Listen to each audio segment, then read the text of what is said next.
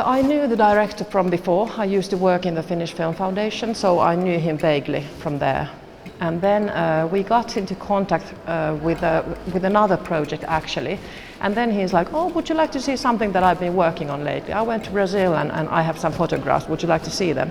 And he showed me dozens and dozens of photographs of train surfing and of Pixadores. And I was sort of amazed by the quality of the photographs and by the access that Amir had. And that's like, I wanted to hear more about what he's doing and like who's going to produce this, and he said that I am, and I'm like, this, you know, you haven't produced anything of this scale ever, are you sure you can handle it? And he's like, no, yeah, let's work together. And that was in 2011. This is a question that we often get. And it's something that we've also talked about a lot. But to him, it was a revelation that somehow the world he was looking at in the favelas of Brazil, that it had changed so little ever since the 30s or 40s or 50s, that it was black and white to him. There were old cars and all the buildings looked old. And to him, it was something like it was neorealism in a way that it appeared to him, like physically. And we talked about like how much, like would there be any room for color, or could we have some kind of a solution that nights would be in color and days would be in black and white. But then all that seemed like that it would turn into a trick, and also because the quality of the nighttime footage in color would have been very harsh also. And so for all reasons, artistic reasons mainly, that we chose to have it almost entirely in black and white. It was all shot in color. And then there was a practical notion. We tried to screen it in color in the very late stages of the editing, and it was hideous. It was terrible, because just like the main characters use so colorful clothes that it's just like, it really gets to you. And it's very difficult to edit because they never have the same clothes, and it's like when they're in color, your focus is really on the pink t-shirt or something irrelevant to the story. And so it sort of made it clearer to follow the individual stories rather than just maybe cliche like Brazilian allusions of colors.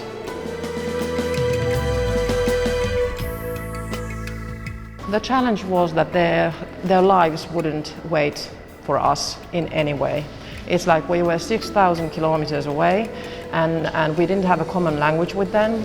Amir was emailing with Dijon and using Google Translator, and lots was lost in translation, and it was really difficult to agree on anything or to make any plans.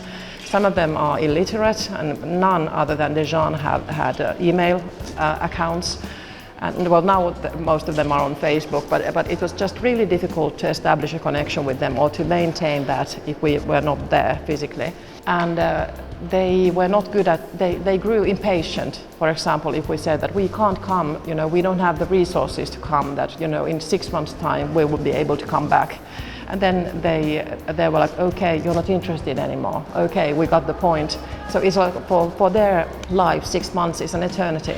Which I totally understand. It sounds like a poor excuse that we are trying to put some financing together, and so we had to travel always before we had the resources to do that, and it was tricky to shoot in those conditions, and somewhat dangerous also, and so but nothing dreadful happened throughout the shooting, but for the film crew or for them, so that we're happy about.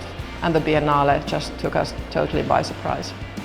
But yeah, to answer the question, what was the most difficult thing? I think to somehow match the ambition we had artistically to the resources we had in our disposal. So we're in debt still. So yeah, but it's somehow like as a producer, I didn't want to change the style in mid-shooting. I think it would have been unfair for everybody involved, for the financiers that were on board already, to somehow scale it down lots. We were shooting with a really nice camera, Red Epic, throughout the film, and we have one of the finest cinematographers in the world, I would say, Peter Flinkenberg, shooting it. So I just didn't see it as, it wasn't an option to just scale it down and do the minimal effort to close the film. So I'm really proud of the end result. I think it was one of the initial starting points why we became so interested in this group, that they are sort of like, they opposed to street art being taken into galleries. That they had attacked the Sao Paulo Biennale years before, when they had tried to showcase street art in a gallery and museum context. They had attacked that. And so it was interesting to see how, when they got the invitation to go to Berlin Biennale, that they instantly accepted it. They instantly, you know, that this is a way for us to get a wider recognition in the world. And the same goes, I think, with the commercials that they participate in, that they see it as well, some of them opposed to it, that it's that they shouldn't be involved in commercial efforts like that, whereas others see that they get exposure, that if they make a commercials of that scale, people are bound to see that there's this kind of phenomenon in Brazil, and they become intrigued.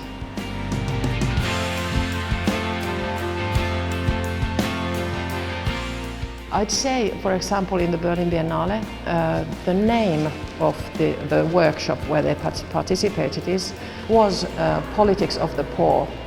And when the Pixadores heard about the title, they were really insulted. They were like, how are we labeled as in that kind of manner, that we are invited here as artists, like any artists, and now this is the title that is given to us, and their feelings were really hurt by that. Nobody consulted them beforehand as to whether this is okay, whether, you know, this is a good description of what you do. No, so there is a, to answer your question there, I'm not an expert on that film, I'm a film producer, but I think the hypocrisy was something that intrigued us a lot. I think we have a fairly strong tradition in documentary filmmaking, and for many years we've had, I think, adequate resources. And I also can say it from as I used to be a film commissioner myself in the Finnish Film Foundation. So we had resources to make a bigger budget films and have financing for distribution and marketing also. And we've had some phenomenal success in cinemas, in documentaries. Well, some have been about sports heroes, but there have also been documentaries with social issues, drug addicts, or like what does sauna mean for the Finnish man, and what kind of implications that has. So like really important subject matter documentaries that have made it in the big screen. And so I think that is very important, and that has really, the documentary film is recognized in Finland as an art form. So I think that's an improvement. And we have a very good television audience for documentary films. I produced the film, and it got 750,000 viewers on television, and with a population of 5 million, that's good. And that happens, that the Finnish TV audience is open to seeing films with subtitles and films from different corners of the world in documentary films, so we're lucky in that way. What we don't have is journalistic documentary, investigative documentaries. That we just don't, nobody does that, and nobody is encouraging anyone to do that, and there's very little of that within the television, and I think that's a shame. But we have a strong tradition in creative documentaries, so really like art house, creative individual sort of films that take a long time to make and stuff like that. I think I would encourage them to somehow start their project without expecting for the financier's approval for too long. I think as a financier, I saw it happening, that people don't use their creativity, they use their time in waiting for the financiers to say something. And I understand that the financing is necessary for the making of the film. But sometimes I think that the financiers have too much say in what the film will be about and where it will go. Because I strongly believe that the filmmakers, the director and the producer are the experts on what the film is about and what it should be about, rather than have too much of that at the financier's side.